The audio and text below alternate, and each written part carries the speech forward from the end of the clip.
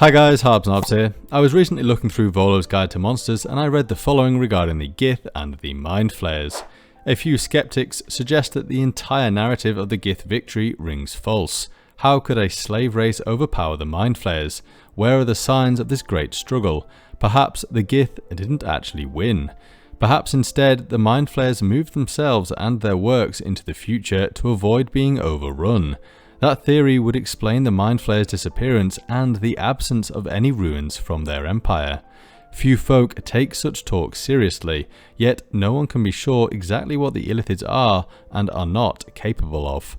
Well, let's take this theory and run with it. Maybe the Gith didn't win, but surely the Gith would remember this, unless there is some kind of supreme Mandela effect going on, or the event just happened so long ago that many Gith are no longer alive since it happened. Yes, the Githyanki are almost immortal in the astral plane, but they aren't impervious to dying through combat, which is a big part of Githyanki society, and as for the Githzerai, well, old age can still get them upon their plane of limbo. Actually, we can probably take this even further than just the Gith and some scholars being tricked by the Mind Flayers. Perhaps even the majority of Illithids on the material plane are being kept in the dark about a secret surviving empire, or at least it has been so long since their empire fell that there are a few elder brains left that would even remember the ancient empire. So how could a slave race overpower the Mind Flayers? Well, this is a good question, and probably quite difficult for wizards to explain. The true origin of the Mind Flayers and the Gith has always been left deliberately vague. I mean, it does say in the very same book that the Illithid Empire collapsed after just 1 year, and in the Illithiad from 1998 the following is said: "A chain reaction spread from world to world and from plane to plane, like fire among countless blades of prairie grass. Once ignited, the revolt could not stop, until it stamped out every vestige of the former empire and freed every slave. Thus was the empire of the Mind Flayer race finally brought low." But the sheer magnitude of the empire was staggering. In all of the descriptions of it in previous editions, it is simply too big to comprehend. If the Gith managed to overthrow all of that, it seems implausible, even with the schism between Githyanki and Githzerai, that the Githyanki wouldn't be able to simply dominate the entire multiverse. I mean, apparently the Illithid Empire was so big that it once halted the Blood War as the demons and devils were both getting nervous about it. So, was it ever truly defeated? Is it possible that Wizards of the Coast are preparing to unleash an Illithid Empire upon us that we all previously thought defeated? After all, it is rather in fashion at the moment. The new empire.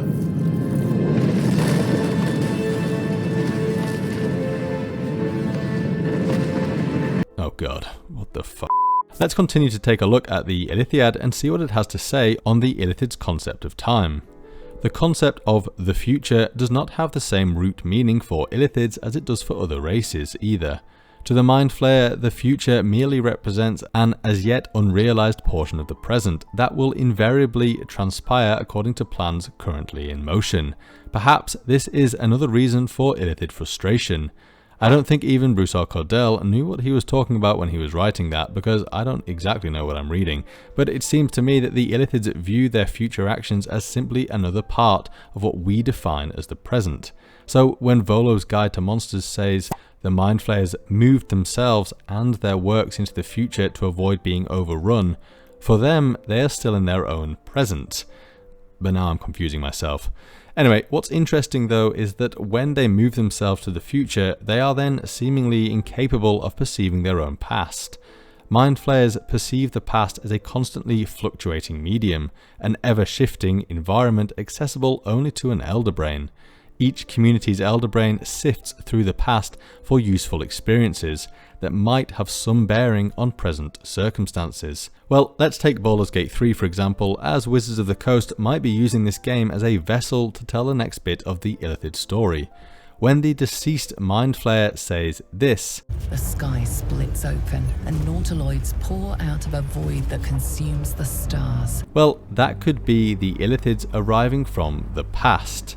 Let's imagine a huge plan where Illithids realize that their Gith slaves rising up could cause a gigantic war. It would require the Illithids to start moving huge parts of their empire thousands of years into the future, say 1492 when Baldur's Gate 3 is set. Of course, some illithids would have to remain behind because the illithids that are transporting themselves into the future need conclaves of illithids upon the material plane to prepare for their arrival. They also need to make the Githyanki believe that they have basically all been hunted to extinction. Without this belief, and if the Githyanki realized that the Illithid Empire would return in the future, then the Githyanki would prepare for such an event. Let's imagine that the Empire does return. For them, it may have been mere moments. For their brethren on the material plane, it will have been thousands and thousands of years. If we consider the question that Dror Ragzlin put towards the dead Mind Flayer, why were the Gith chasing that ship? Well, then the Illithid's response of saying, "You see dark tunnels lit by noxious pools of brine, the darkness spreads through the earth, the sky splits open, and nautiloids pour out of a void that consumes the stars," this seems to me that these 2 points are linked. The darkness spreads through the earth seems like somewhere on the material plane. This Illithid seems to know that nautiloids are coming or are waiting to enter the material plane, and it says all this in response to being asked why the Githyanki are chasing the ship. We know that they are chasing the ship in order to acquire Shadowheart's stolen Githyanki artifact. Does that have something to do with letting these nautiloids in? Was this Illithid part of the true Illithid Empire and a sort of scout? Remember in the film Independence Day when that crazy scientist with the long hair was speaking about how Area 51 captured what they believed to be a scout decades before the actual invasion of the aliens? Is this Illithid exactly like that, or at least part of a group that has always been working for the true Illithid Empire? After all, the ship has strange Illithid records with 1,000 years of humanoid history upon it. Such a comprehensive history would potentially be unusual for the Illithids, especially with how they view the ever-fluctuating past. But has this group been recording such an extensive history in preparation for their empire's arrival?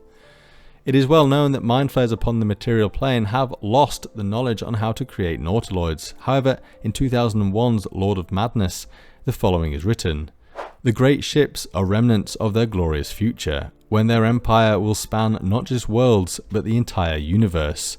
The knowledge of how to build these stunning vessels is lost, or more correctly, hasn't been discovered yet. Until it is, the remaining ships ply the great gulfs of the night skies cautiously, seeking evidence of lost Mind Flayer colonies and hidden Githyanki outposts." Again, another confusing reference to time and the Illithid's position within it. But it is altogether possible that the Illithid's advanced technology in Baldur's Gate 3, where they can activate Ceremorphosis immediately, is a result of the Illithid's strange position in time. The mere fact that this Mind Flayer talks about nautiloids plural pouring through a void in the sky must mean that they are coming from somewhere.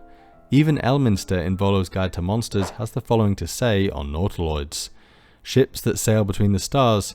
Next you will spin tales of a talking hippopotamus that walks on 2 legs and carries a bow.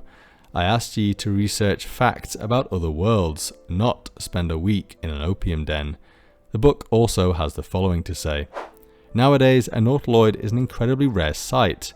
A colony in possession of one takes great care to keep it hidden, taking to the sky only out of necessity.